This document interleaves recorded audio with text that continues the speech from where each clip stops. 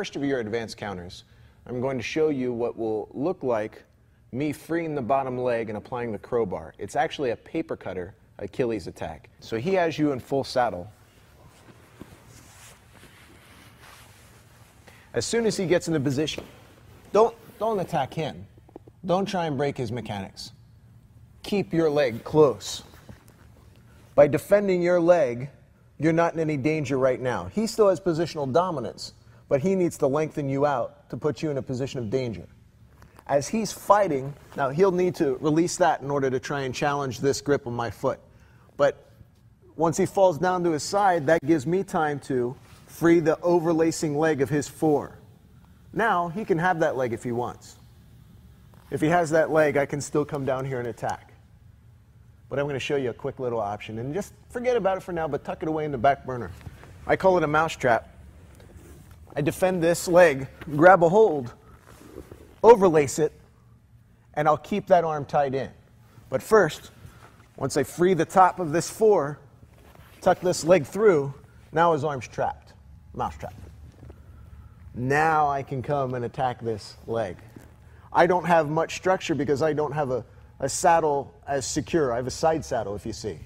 So I'm going to come underneath, grab gable grip, no fingers, no thumbs, interlaced, just together, drive the top of the top forearm down, the bottom forearm up, like a paper cutter, to apply this calf crush to submit him. I'm loosening up here so it's not so tight. But you want to keep this side saddle tight so that that forearm is wrestled in there to apply it very quickly.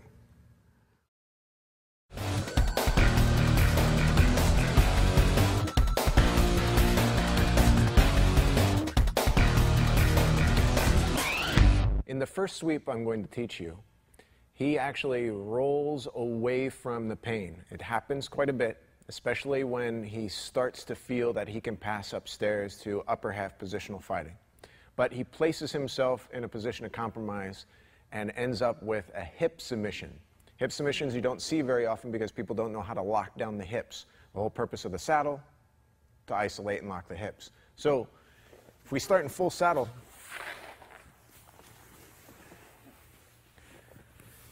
he starts to move away from the pain by turning away from it. I bump the leg across. Now his hip is in a position of compromise because I still have the saddle locked on. If I come down here, you can see that my knee's still in place, right? But he's trying to roll away from it. So see how I've caught his leg? I'm going to fish that to the opposite leg. Once I fish there, I'll keep it confirmed. And then by kicking my leg, like I'm going to do a heel kick, by kicking my leg and driving his knee down, I'm submitting his hip, causing this joint to eventually dislocate if he doesn't tap out.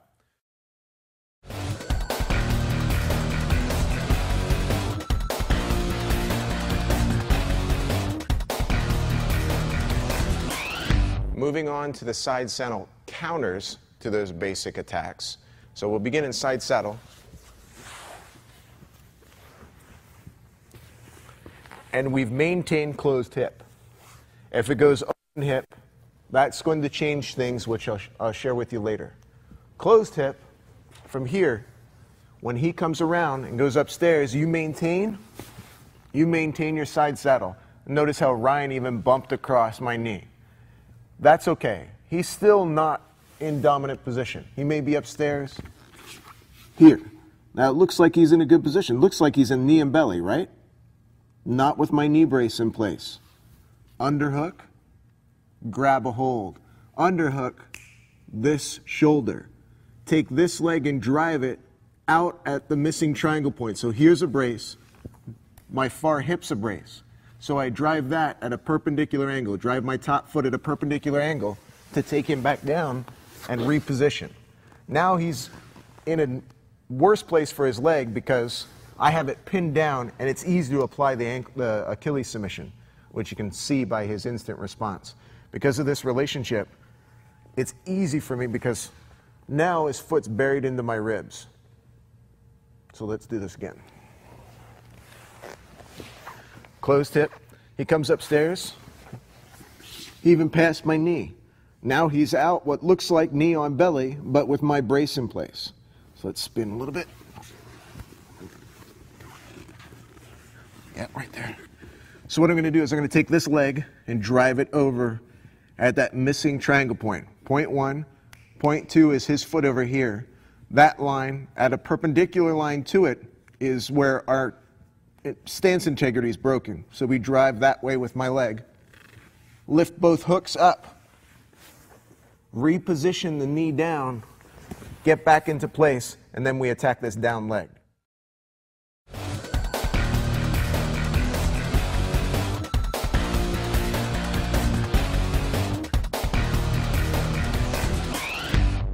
The second variation of the ankle pick, affectionately named the dirt ball, is when he leans into your pick so that you can't lift that ankle off the ground. When he leans into the leg you have overlaced.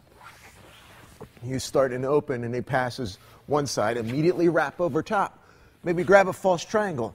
But to stop that from happening, he leans into it, bakes it in tight, and drives his knee into your belly, here, so that he has knee on belly control and he's trying to squish your breath. So to avoid that, underhook him and elevate him up in the air and drop him back down. So you're taking this shin and you're driving it into his rib cage. It's not very painful, but he doesn't have any choice. So here he passes, wrap it immediately around. He presses it across to bake tight right here. Lift up and around and dump him over. To hook on, get your false triangle, pass the leg, and finish him from full saddle.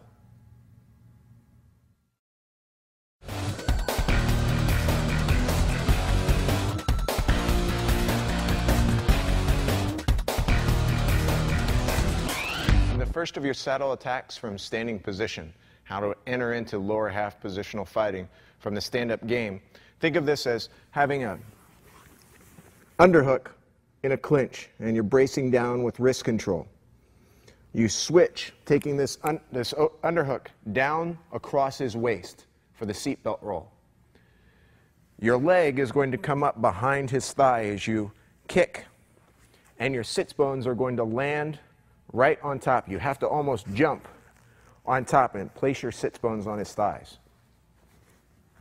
So from underhook, you have head control, you have wrist control. Switch this hand down, shift your weight in and sit on him. As you sit down, he may fall straight down and you can go right into a saddle. But if he's strong and he has a firm stance, that's when you apply the seatbelt roll. To come right in, create a false triangle, kick out of the way, swim up, finish him as usual. Let's do that again.